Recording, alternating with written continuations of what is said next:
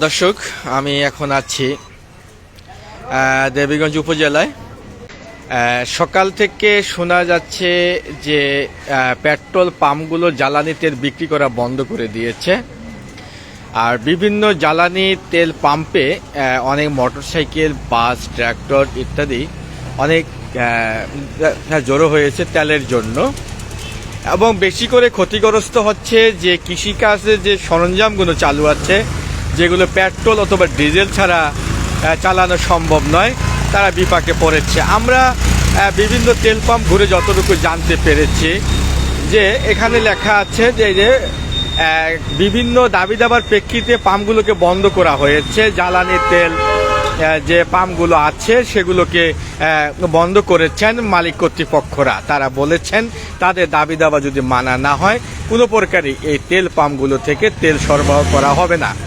আরেকটু যদি আমি আপনাদেরকে বলি যে সকাল থেকে কিন্তু এভাবে তেলের পাম্পগুলোতে কিন্তু সাধারণ জনগণ তেল কেনার জন্য কিন্তু এসে ঘুরে যাচ্ছে। এবং অনেকে আমাদেরকে যেটা জানিয়েছেন যে কিছু যে হাল চাষ যে মাহেন্দ্র ট্র্যাক্টরগুলো রয়েছে এবং বিভিন্ন কৃষিকাজের যে সরঞ্জামগুলো আছে সেগুলো কিন্তু অলরেডি কিন্তু তারা তেল শূন্য অবস্থায় বিভিন্ন জায়গায় পড়ে রয়েছে, এমনটাও কিন্তু আমরা খবর পেয়েছি।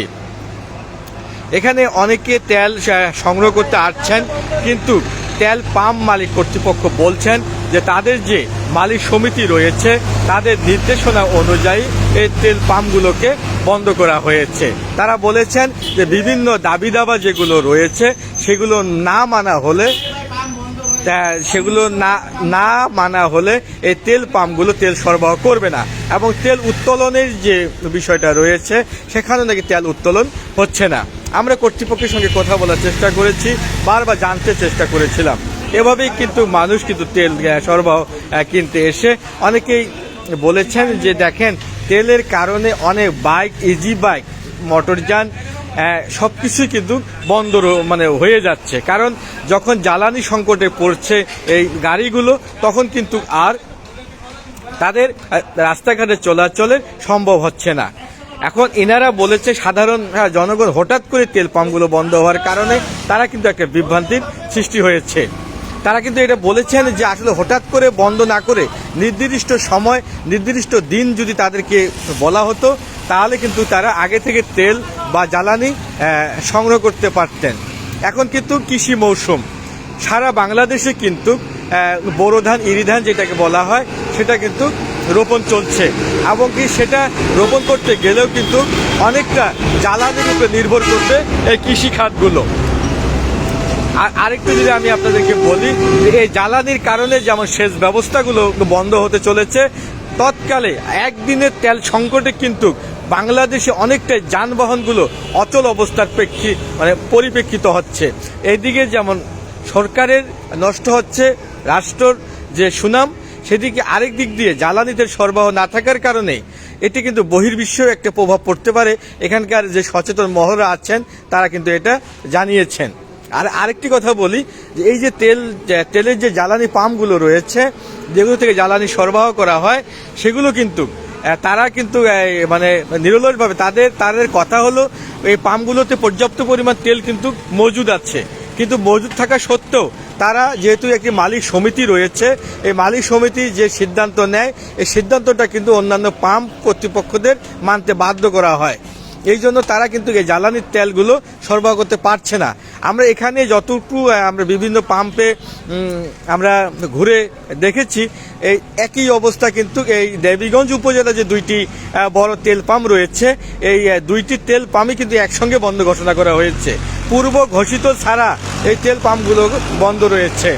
এটা আসলে পূর্ব থেকে যদি জানানো হতো তাহলে হয়তোবা সাধারণ জনগণ বিকল্প কোনো ব্যবস্থা গ্রহণ করতে পারত।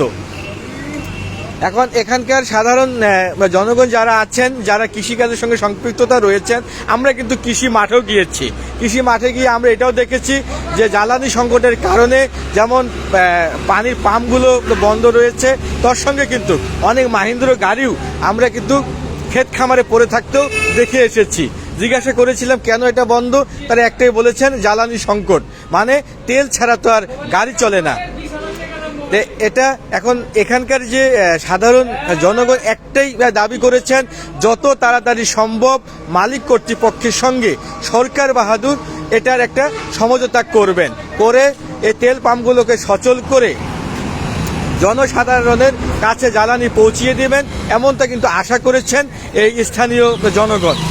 আমরা আরও কথা বলার চেষ্টা করেছিলাম মালিক কর্তৃপক্ষের সঙ্গে। তার একটা কথাই বলেছেন যে যেখান থেকে তেল জ্বালানি নেওয়া হয় সেখানেই উত্তোলন নাকি বন্ধ রয়েছে, তৎকারণে এই তেলগুলো কিন্তু তারা বিক্রি করছে না। তাদের যে বিভিন্ন দাবি দাবা রয়েছে, সেই দাবি দাবা যদি রাষ্ট্র না মানে তাহলে এরা বৃহত্তম আরও কোনো কর্মসূচিতে যাবে, এমনটা কিন্তু ধারণা করছেন। আর যেহেতু এখন কৃষি মৌসুম আর কৃষি নির্ভর বাংলাদেশ, কৃষি এই জ্বালানি ছাড়া কিন্তু কৃষি অনেকটাই পিছিয়ে পড়বে, তাই সরকার এই বিষয়ে যথাযথ সঠিক সিদ্ধান্ত গ্রহণ করবেন, এমনটা আশা করেছেন স্থানীয় জনগণ।